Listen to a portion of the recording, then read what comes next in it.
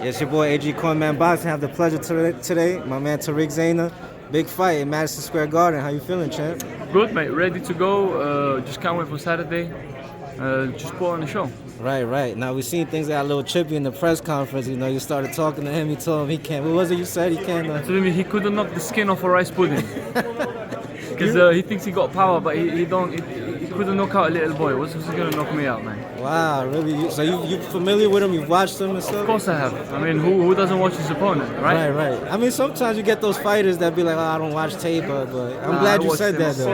Of course I did. You have to, innit? Every fighter coming up, going on a show like this, you got to study your opponent. You got to know everything he does. You got to know the boxes he wears, the Colgate he uses. Right, you got to know everything. Right, I know how it is. You kind of like stalk him a little bit. Of course, man. Not just me, all my team. Yeah, absolutely. So, champ, you know, you was recently out here in New York and Verona, upstate. Yes, sir. You know, now you coming off here, you know, to the Garden, the big stage. How excited are you for this moment? Well, look, last fight didn't go our way. You know, there was a few things that went wrong, but it's all good. It was a great learning experience. I wouldn't change it for anything, even if I could go back in time. It's made me who I'm going to be on Saturday night. So I'm very excited to be here. It's a childhood dream come true, and yeah, I just can't wait to take part, man. What would you feel you learned from that last performance? Well, look, you know what they say, right? A loss can make you or break you. You'll find out on Saturday. All right. So, champ, tell me a little bit about your background, because I see you got the Morocco jersey. Yes, I do. You know what I'm saying? You're from the UK, but you live in Mexico now? My story is a little bit, how can you say? The only word I could find is maybe unique. Okay. I was born in Tangiers, Morocco. I was raised in Gibraltar. It's a British colony in the south of Spain. All my life, basically. Then I moved to the United Kingdom for university studies. And then when I decided to turn pro, COVID lockdown had everything on hold, so then I moved to Tijuana, Mexico. Wow. I moved there initially for a few months, but then I fell in love with it, and I've been there ever since. Wow, you like it? You like Mexico? Well, I'm still there, so there's got to be something good about it, right? So yeah, that's my story in a nutshell. But yeah, man, you know, I'm a citizen of the world. I love traveling, I love seeing the world, learning new things, trying new foods, understanding new cultures. You know, that probably live somewhere else before I, you know, over the next 3 years. So. Wow, that's amazing, champ. So I'm sure you've been with different styles in the ring, many different styles. You'll see on Saturday, man. Yeah. That's it. You know, Tijuana is, you know, officially one of the most dangerous cities in the world. I like to not believe that's true. It's actually a really nice place. Nice. But all I can tell you is, the people out there are bad mofos. Yeah, they tough for sure. Mofos, Where'd you start boxing? In the UK. Oh, in the I UK? started in Gibraltar initially when I was 13. Had a few amateur fights there, and then when I moved to the UK is when my amateur career really kicked off. And then I represented England. I fought for Morocco, and then eventually I turned pro in Mexico. So what made you want to become a fighter, a boxer specifically? Well, look, I'm an educated man. I've got a master's degree, bachelor's degree. I've traveled the world a lot. I could have done something else, but you know, in all my life experience, there was one thing that always stuck along the years, and it was boxing, training, fighting. I used to get in a lot of fights as a kid, man. I've been arrested countless times for fighting. One of them was really serious.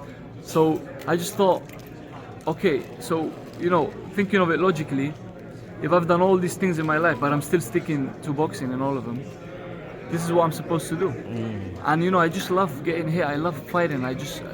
It's something, it triggers something within that I can't put into words, man. You're a warrior. Yeah, I love it, man. I absolutely love it. You know, like that Polanco fight, I wasn't too happy with it, but a lot of people came up to me after. They were like, "Oh man, you know, that was good," and I was like, "Yo, what was good about it?" But then obviously, eventually, I digested, and I was like, "Oh, they probably liked the heart I had," because I didn't back down. I'd never back down. They'd have to kill me if they want to knock me out. You know, I might have got knocked down, but I'm not getting knocked out. Whether it's not punch you don't see or you're caught cold, that don't exist in my DNA, you know. So I just thought, I just love it, man. You know, that's it in a nutshell, really. Right. So you feel there's no way Tiger gets to stop it? Do you feel you could get to stop it? Who has he stopped? That is of noteworthy. Tell me that Paulo Cesar Galdino, 7 losses, 6 of them by KO. Mate, if he didn't stop him, it would actually look very bad. He just came for a payday. That guy flew over all the way from Brazil, was probably jet lagged. You know, he's an older guy, probably has a family. He just thought, you know, I'm just gonna get paid, go back home. You know what I mean? Right. Who is he stopped realistically? Right. He got a gifted decision against my friend Jimmy Espinoza. He was holding on for dear life, you know. Against what's his name? That other guy, the one who fought Polanco too. He's a Mexican too.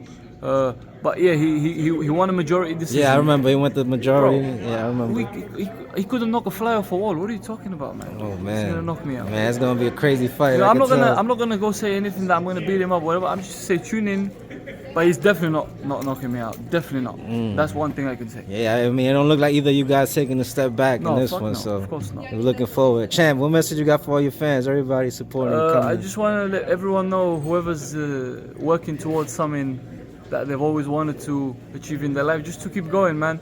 You know, life's plan and the God's plan is something you could never imagine, you could never prepare for. Just as long as you keep going for it, eventually the universe will adjust its ways and give you what you've always wanted. Just as long as you stay persistent and disciplined and doing what you should be doing, it'll happen.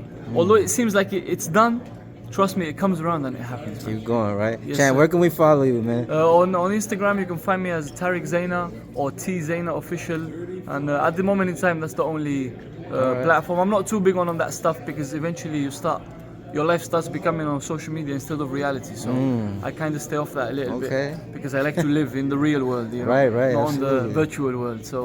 So yeah, at the moment in time, I'm on Instagram. All right, there you go. Everybody go follow my man. Catch up with him. Tune in Saturday night. It's going to be fire, man. Thank We you, can't man. wait. Thank you, bro. God bless you. Wish you the best for your career, Appreciate it. champ. Thank you, man. Thank you Thank very you. much. Thank you so God bless.